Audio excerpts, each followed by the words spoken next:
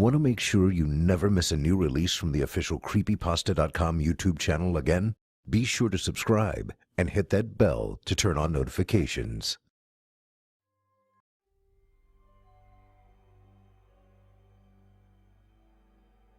Lost Kevin by Paige Turner. I know it's wrong to download movies and we shouldn't do it, but I'm poor and those guys are rich. Either way, it's not important. I'm only letting you know this to warn others against it. Is it illegal? Yes. Immoral? Arguable, but technically. Dangerous? Apparently. I didn't do it often. I just wanted a few Christmas movies to get into the holiday spirit. I stuck with the classics, and they all played great. It wasn't until I watched Home Alone 2 that things started getting bad. Everyone has seen that movie, right? Because if you haven't, I don't know if you can follow this story. My partner was asleep, but I wasn't tired, so I watched it alone. The first different thing was the opening credits. The little house was red. I hadn't watched it in a couple of years, but I've seen it 1,000 times. I was certain it should be blue. Still, it's a minor detail, forgotten almost immediately after fading to movie. In the opening scene, it shows family members rushing through the home and remains normal until Kevin walks in on his uncle's shower. The uncle usually calls him a nosy little pervert, but this time he said, "Sorry little shit." I thought I heard him wrong, but when I tried to skip back, the computer froze. That's not uncommon, it's a piece of junk. I didn't want to waste more time, so I let it keep playing. I was positive the movie was wrong when the Christmas pageant began. The kids were holding real candles. As the camera zoomed in on the singing children and their small dancing flames, I thought I downloaded from someone with mad editing skills. Changing the candles blew my mind, but I can believe it's possible. The rest of what I'm about to convey, I can't. In the original movie, Buzz holds candles behind Kevin's ears. In my copy, the sizzle of Kevin's flesh can be heard as wisps of dark smoke swirl around his head. The audience still laughs the same, but instead of stopping when Buzz is knocked down, they grow louder. The choir robes worn by the children are set ablaze, and they scream over the roaring laughter. When the cardboard tree hits Piano Lady, blood sprays from the impact, and a gaping head wound is seen as she tumbles back. I watched in stunned silence, glued to my seat and unable to look away. I didn't understand what I was watching, but I had a morbid desire to see more. Back home, Buzz uses the same apology speech, but his hands and face are wrapped in bloody bandages. Kevin's ears are also badly burned, but his wounds are left untreated. When it shows the family, their faces are red and puffy from crying. On the kid tantrum scale, I would rate Kevin's actual non-apology scheme pretty low. He doesn't throw anything, his voice doesn't crack as he screams through his tears, and his face doesn't exude pure hatred. The one in my version did all those things. After Kevin's mum followed him to the attic, he used curse words I've never heard before. I think some were in a different language. Kate began crying, screaming, "I wish you would have died last year," before storming out. A baseball was thrown as she exited, slamming into the door as it closed. Kevin fell onto the bed, retrieved a razor from beneath his pillow, and slowly cut into his forearm. The close-up of the Chicago Sun-Times was also different. Instead of wet bandits, it read, "Killer bandits escaped during riot." I don't remember what the smaller headlines really say, but I'm willing to bet it's not "Dozens Dead, Manhunt Continues," considering it's a kid's movie. Remember the quick scene of the airport taxi knocking over the statue? In my copy, it hits a kid. Aside from the characters being angry and depressed towards one another, the movie plays relatively normal until Kevin leaves the New York airport. Where he once enjoyed a montage of fun city sights to a happy song, he now walked dark, dangerous alleyways as sinister music played. For the remainder of the movie, Kevin's family is not seen again. They never go to the police or attempt to locate him. After the montage, we see Harry and Marv leave the fish truck. the sticky bandit jokes are completely removed. Where they normally steal change from a Salvation Army Santa, they now held a man at gunpoint in a dark alley. The terrified man surrenders his wallet without a struggle, but is shot anyway. The scene ends as the bandits flee. What should be the scene where we first see the hotel and pigeon lady was now a Holiday Inn and junkie. The woman in my copy was putting a syringe into her arm when Kevin saw her. He enters the Holiday Inn, skipping the short scene where he runs away. Still in possession of Peter's bag, he immediately approaches the front desk. A dirty, balding man gives him a hard time until he sees the envelope full of cash. There is no bellboy to escort Kevin to his room, but when he turns on the lights, cockroaches scatter across the floor. The room is filthy, has 2 twin beds, and a small TV with tin foil wrapped around the antenna.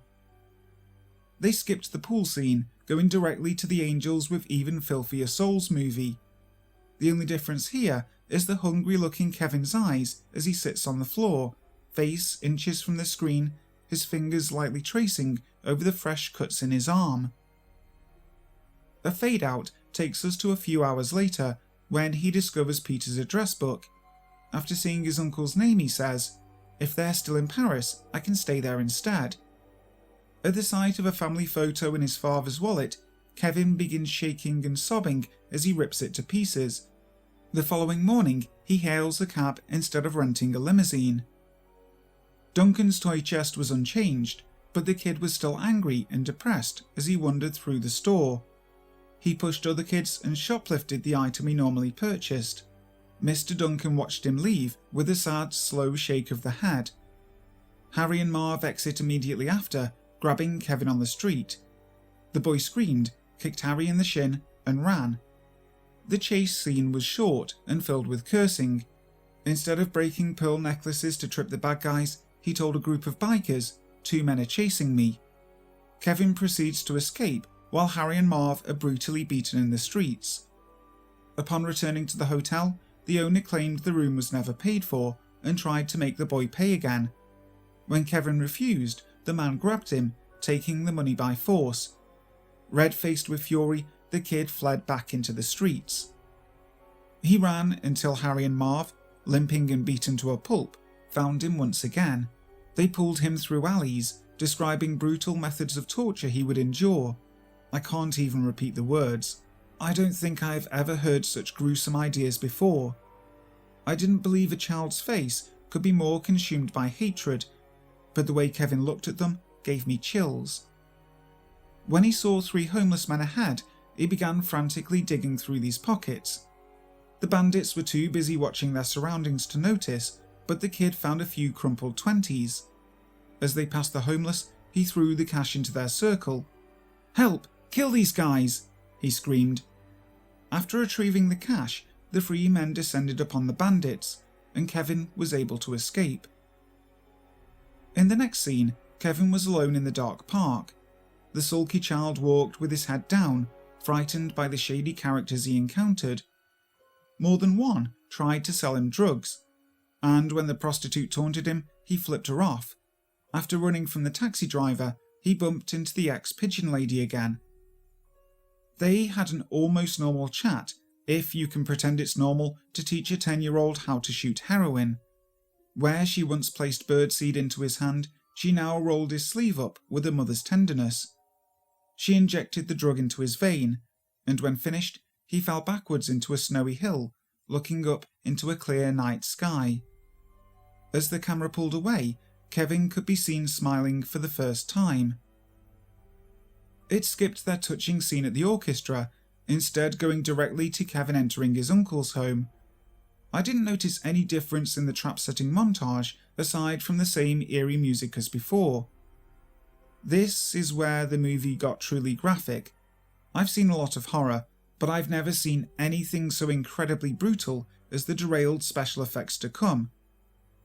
The scene at the toy store began with Kevin, hat off for the first time since the apology scene. His ears were turning green with infection from his still untreated burns.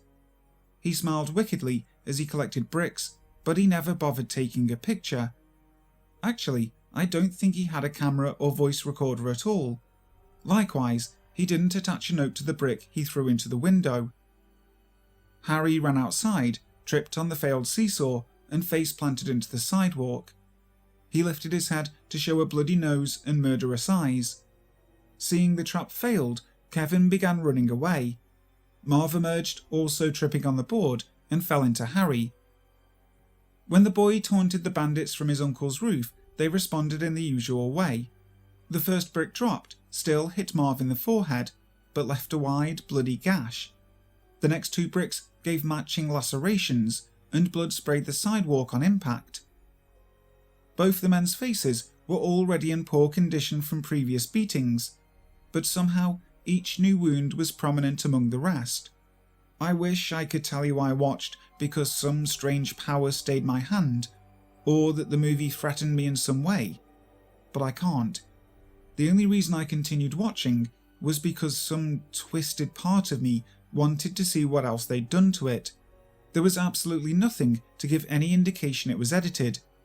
If I'd never seen it, I would have believed it was genuinely filmed that way. After Harry left to find another entrance, Marv struggled to his feet. At the front door, he pulled the knob off to initiate the same staple gun trap, albeit without the comically long rope. The string quickly pulled tight, shooting a staple into his nutsack region, not his ass. He then fell on his knees, pulling the trigger once more. I had to look away when the staple penetrated his eye.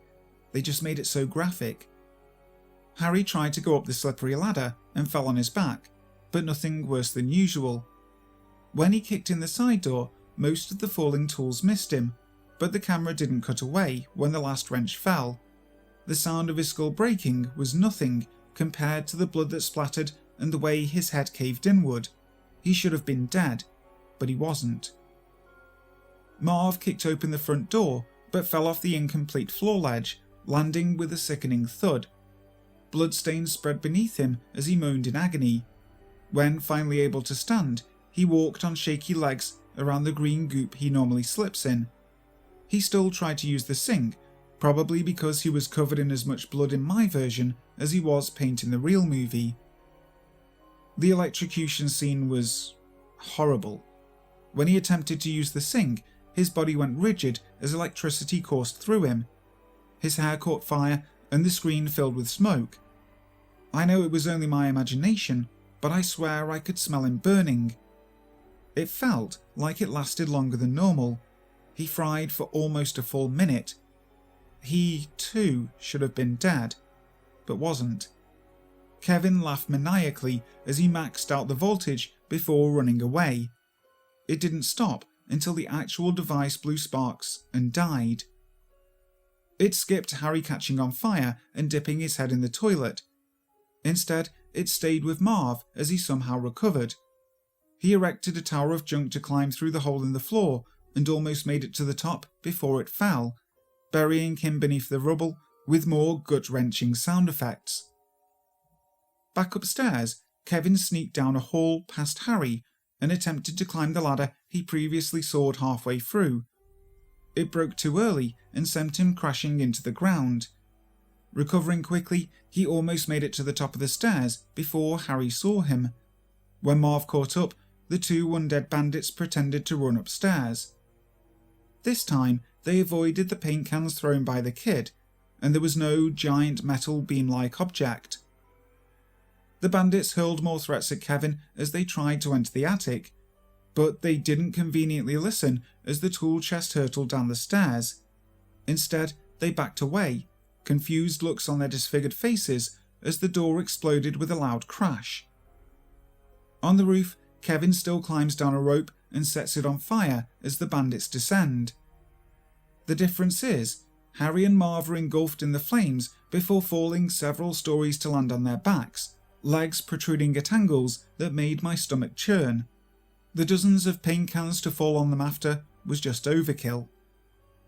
Kevin calls the police from a payphone while the bandits recover, but they catch him when he slips on the ice.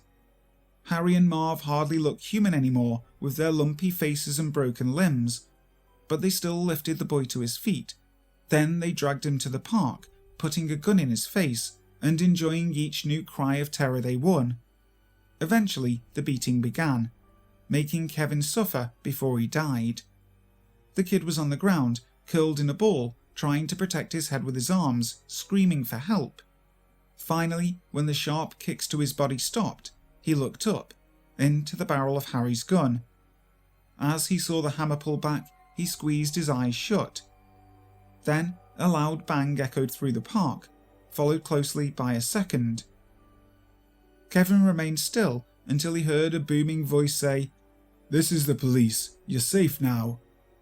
As he opened his eyes, red and blue lights flashed all around him.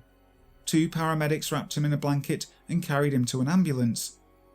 There, he met Mr. Duncan, who praised him for saving his store. Next, we see a few clips of the boy being adopted by Mr. Duncan and going on to live a happy, normal life. When you think the credits are about to roll, it fades to a scene zoomed in on Kevin's smiling, jubilant face. Very slowly, as beautiful, inspirational music plays in the background, it zooms out to reveal him lying on a snowy hillside in the park. His eyes are glazed over in death, and a needle hangs from his arm. I went to the website to see what I could find out about the person I got it from, but the torrent was removed. I looked on other sites, but couldn't find it anywhere. I tried to show my partner the next morning, but it said file corrupt each time I pressed play. Next time I was alone, the movie suddenly worked again. I tried to screen record, but it only showed blackness when I re-watched the video. I keep trying to add a link below for anyone who wants to see it, but they are being disabled faster than I can post more. Hurry, click the one below before they remove it too. There's only one thing you should know first. Since seeing it, no matter what I'm watching or who I watch with, occasionally I'll see flashes of strange scenes. Whatever is on will stray from its usual script and change into something horrible. That's probably my imagination, but I thought I'd mention it, just in case.